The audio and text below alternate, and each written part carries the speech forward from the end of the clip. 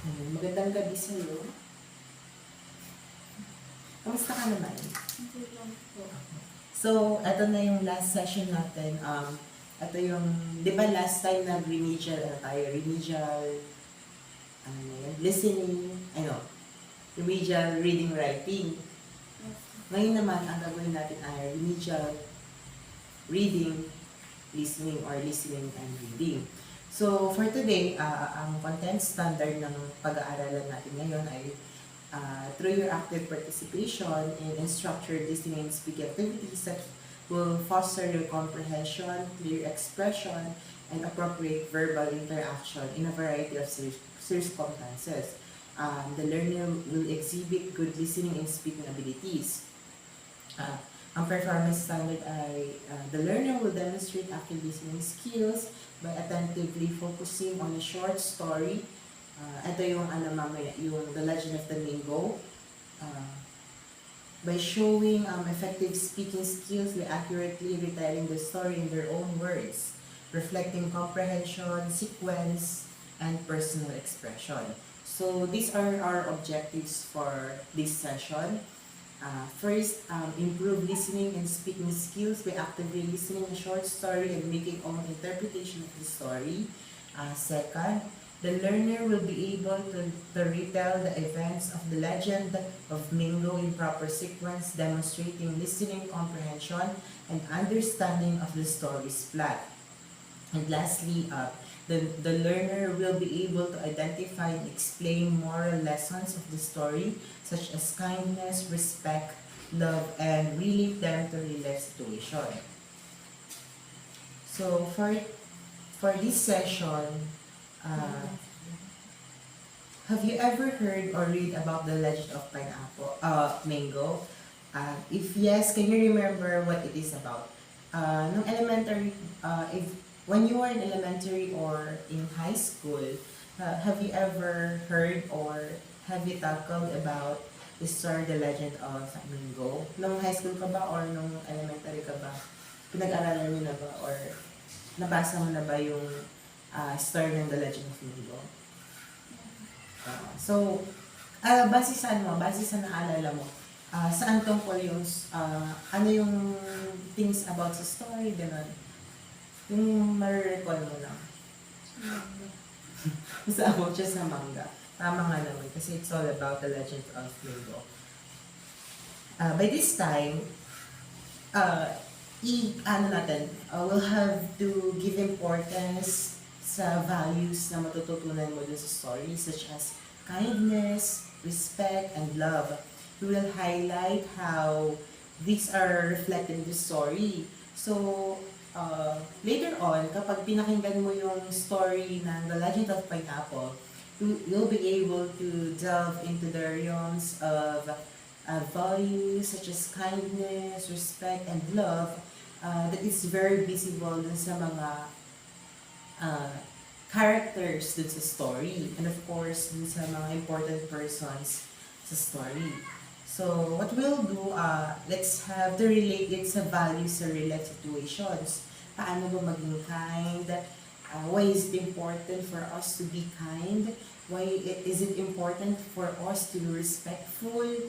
Why is it important for us to, to let love be the center of our life? And with that, you'll be able to understand that how these practices can be applied in your daily life. So, kasi nga, diba, these are the central themes of the story. And it is very important for you to understand these themes, these values. Because eventually, at the end of reading it, at the end of listening it, at the end of studying this story, you'll have this memory of yours that at one point with this story, you learned about the values of kindness, respect, and love.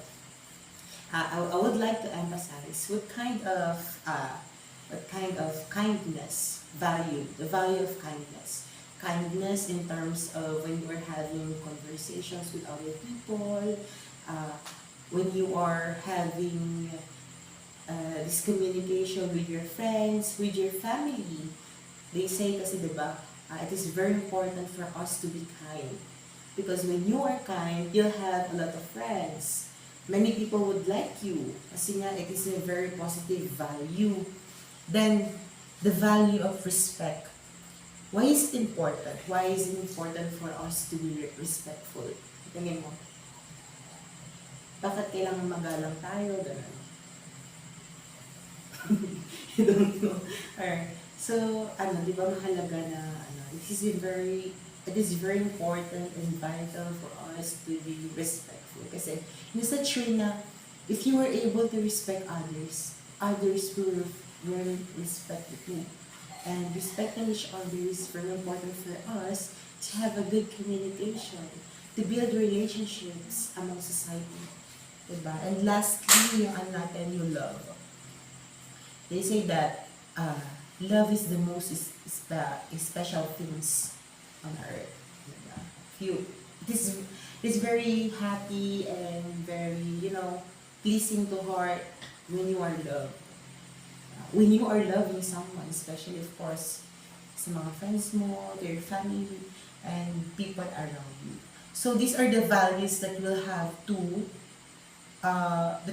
to discover later on while listening to the story. This time, let's have a very short discussion about things na will help you eventually when you listen to the short story, The Legend of Pineapple, or to the legend of Mingo. So, alright.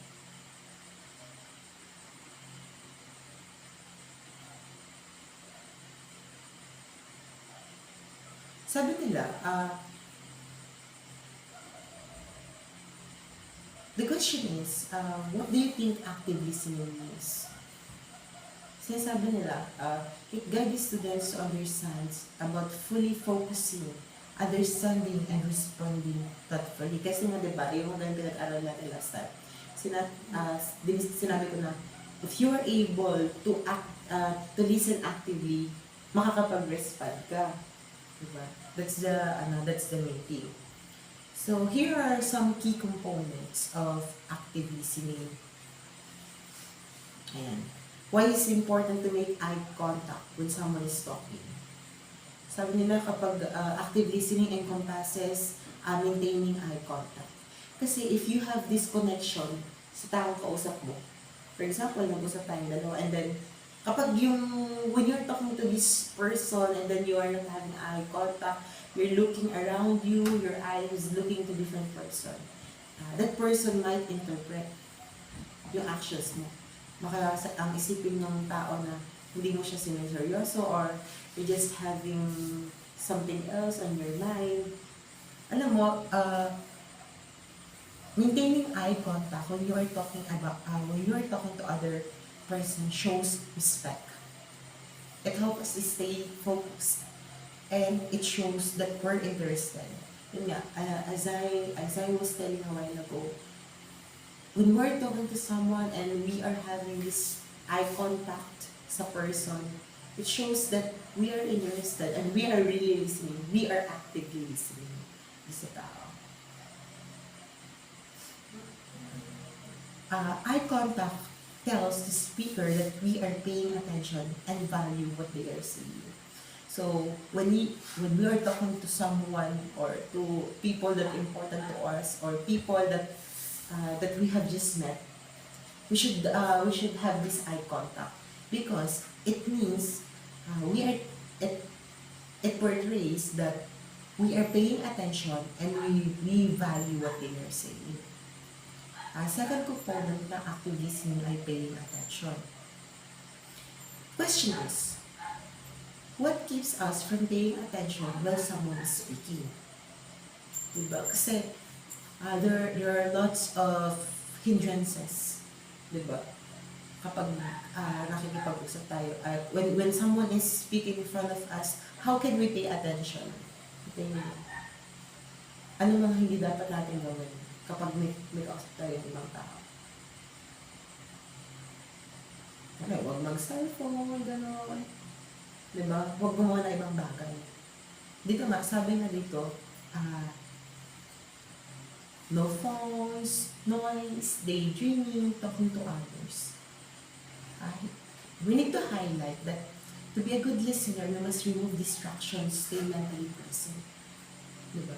Yung mga phones, daydreaming, kunwari, someone is talking, for example, basta tayo, you are listening to me but you are thinking of other things, that's daydreaming. Meaning, you are having this internal dilemma na, would I want to listen to this person or hindi? Something like that. So, kailangan, we must remove distractions and stay mentally present. And lastly, avoiding interruptions. Why is it important not to interrupt someone when they are talking? Sabi nga nila, wait for your turn. Diba? When someone is talking, don't interrupt. Wait for that person to finish talking, then you'll have the chance to speak yourself. Sabi nga, diba? When you're interrupting someone, you're being disrespectful. And you might sometimes miss something important. And there are instances na it will break the speaker's flow. Yun. So, when someone is talking and then you'll interrupt that person, pwedeng mawala yung gusto niyang sabihin. And then, hindi niya na ma-internalize kung ano pang sasabihin niya.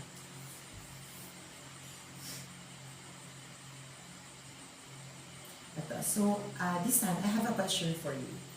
Pwede ko mag-share, can you share a time when someone really listened to you? How did it make you feel?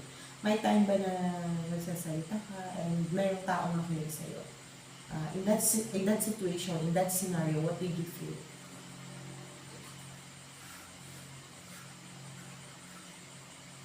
Meron?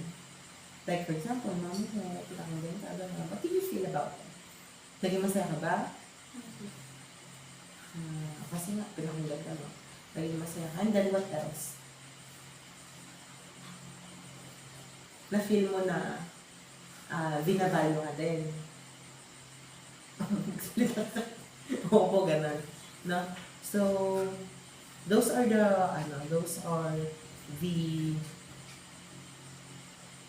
key components of active listening, maintaining eye contact, paying attention, and avoiding interruptions. This time, these principles has something to do with our activity for today.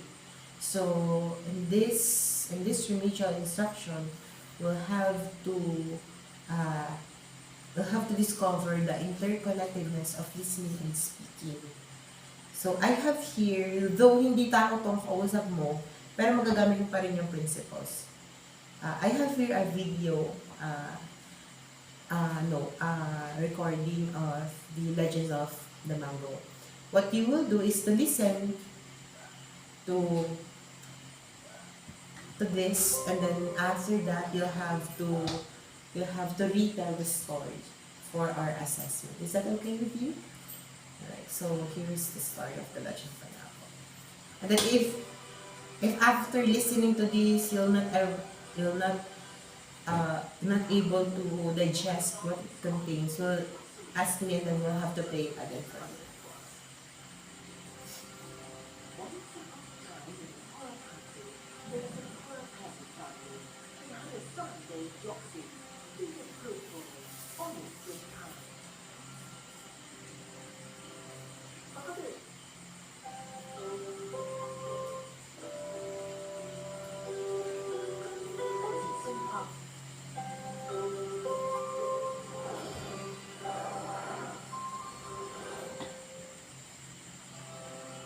The Legend of the Mango.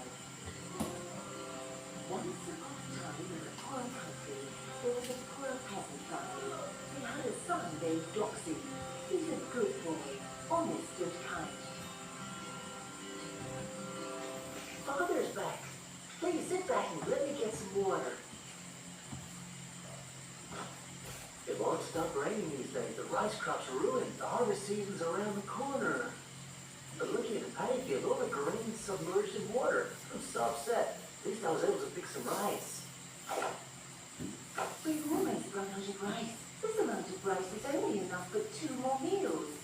Yeah, I know. I'll go to the neighboring village tomorrow to see if anyone will hire me.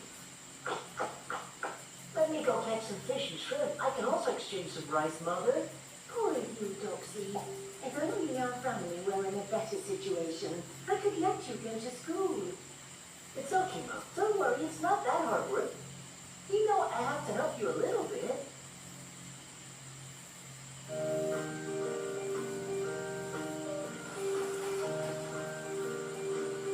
I've got quite a lot. Let me try to get a little more to bring to the old woman.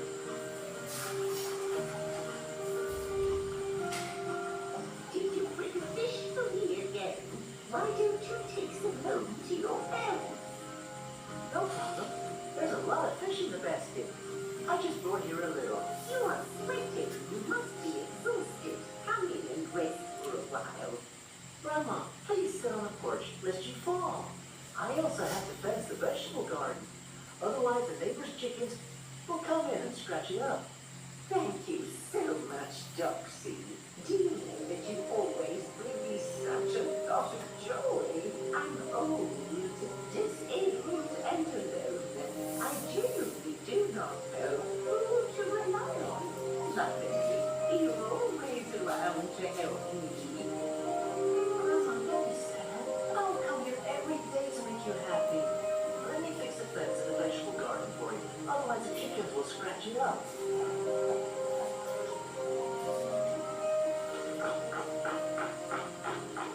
Are you at a calming place? Let me help you. Thank you so much, Doxy. Please help me pick up the plates from the ground. They're still so young they can't help. Be careful not to fall. Doxy, you're such a good boy. Everyone be like Doxy. Always help others. Brother Doxy, please make a trap for us to catch the birds. I will, but now I have to go home to help my mother cook first. Tomorrow, I'll do it when you come over. You okay, sir? I'm just passing by here. I don't have money left. It's already been a few days and I've nothing in my stomach. So let me take you to my house. I only have some porridge at home, but there's some dry firewood for you to heat up. You'll probably feel less tired. Let's eat some porridge. After a while, you can borrow some of my father's clothes. Your clothes are still wet. I must have disrupted you too. Your family was not doing well, and I'm still helping with rice and clothes. It's so heartwarming. You can rest assured that you stay in my house for a few more days to rest. Although my family's poor, if we can help others, it would be a good thing. That's right, sir. Don't be afraid to stay here.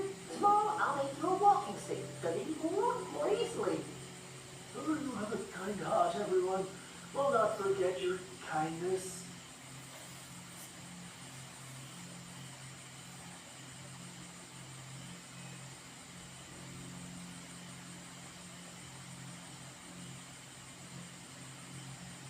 Wake up, Doxy. Don't leave Mum, Doxy. This strange disease I've never seen before. I'm afraid the boy isn't gonna make it. Wake up, Doxy. You were so kind, obedient, and faithful. Why is your face so miserable? Oh, Doxy, you're such a kind and hard-working boy. Please, oh please, save the boy's life. Please do not be too sad. Doxy is gone, but the boy's loving heart will live on forever. I hit a passerby on land the day before. I will bring Doxy's body back to heaven. But everyone will see Doxy's heart will live forever with us.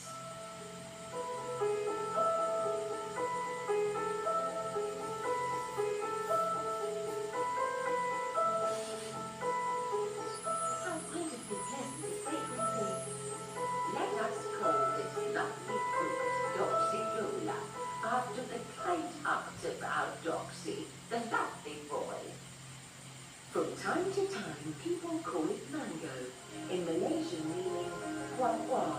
It is a sweet, fragrant fruit.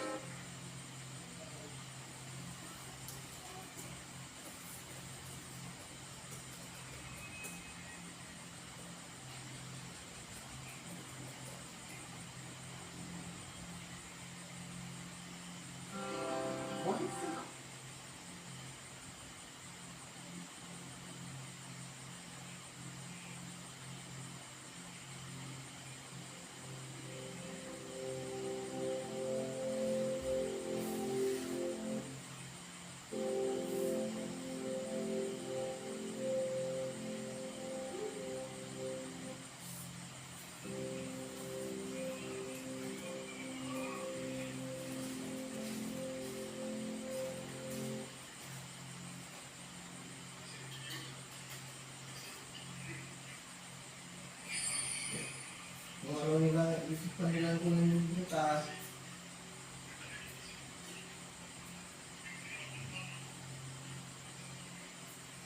Isa pa?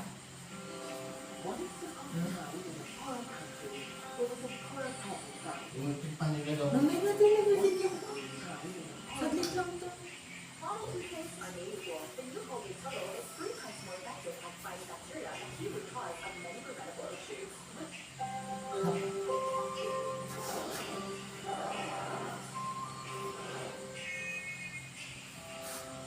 The legend of the mango. Once upon a time in a foreign country, there was a poor peasant family. They had a son named Doxy. He was a good boy, almost as kind. Uncle Bear's back. Let me sit back and let me get some water. It won't stop raining these days. The rice crops are ruined. The harvest season's around the corner.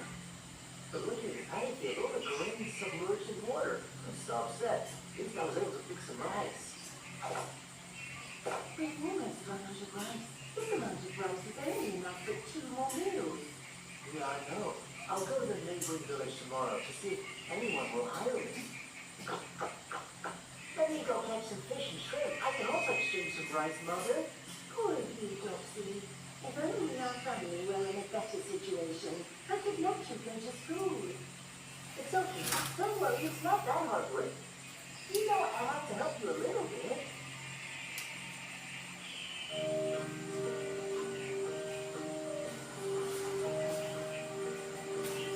I've got quite a lot, and I'm even trying to get a little more to bring to the old woman.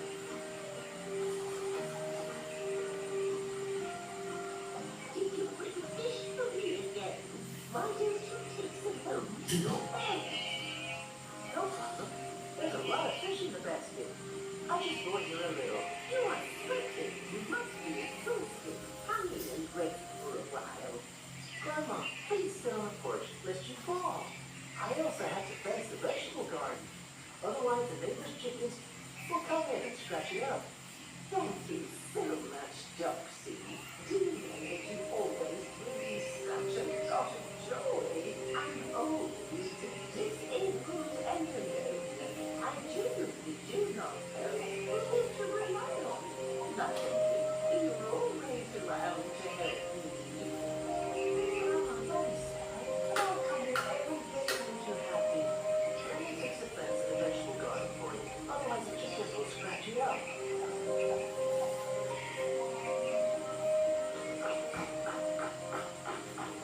Are you at a calming place?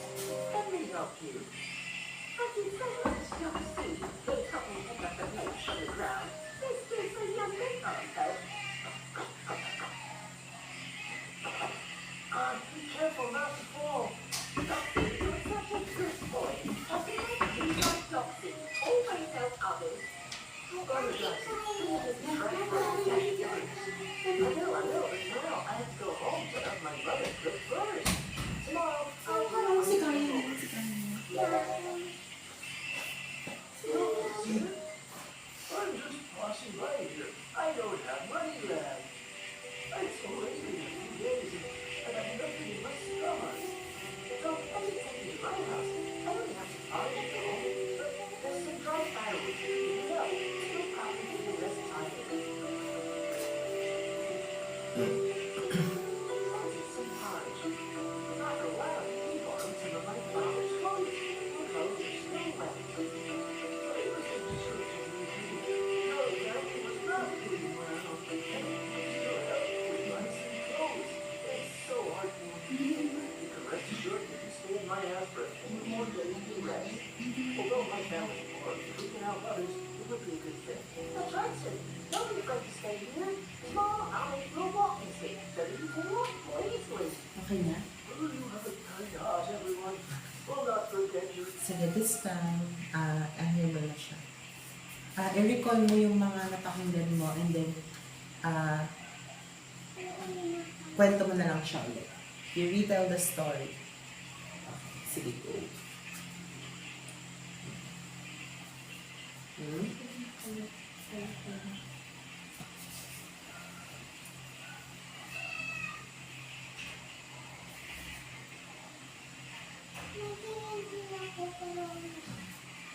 Noong panahon, sila sa isang Napakagandang talaga ng pagmahal ni Sunurin sa magulang at matulungin.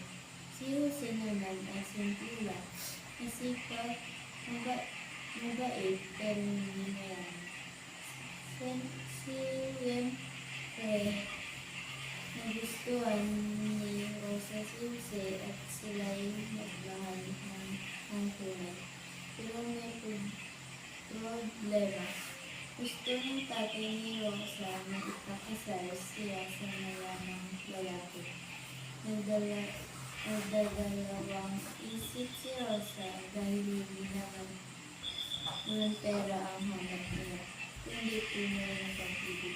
Sobrang sakit nito para sa kanya. Dahil sa stress at pagdadalhati,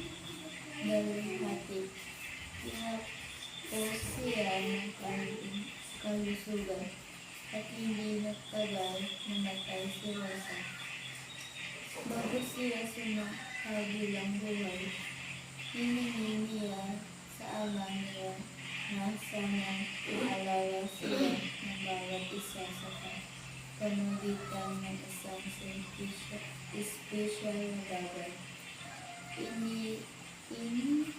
Inilibing si Rosa sa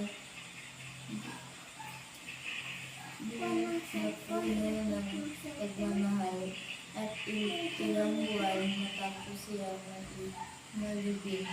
Umugobol ang isang kakaibang puno at ang bunga nito manggang may hugis pusong pahaba.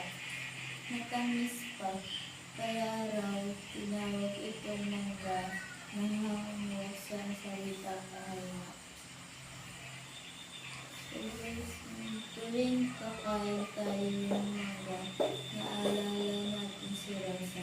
Ang babaeng nagmamayang tukol, minsan medyo malungkot, pero sweet talaga ang story niya. So that's the story of the legend of Mango. Let's have a very quick review of the short of what we have discussed today and about the short story. So the short story emphasizes the values of kindness, love, and respect, diba? Lagi sa may, like sa pagmamahal ni Rosa. And those values ay magagamit mo in so many ways sa buhay mo. That's why it's very important for you na to keep these values near hearts para sa ganoon you can use it in your everyday life. So, to close our Revisha sessions for today, I have just a simple question. In all of the things that we have talked about in previous the activity that we listened about the story of the legend of Mango and retelling the story, what did you learn today? What did you learn in our session? You learned about love, about helping other people, and then what else?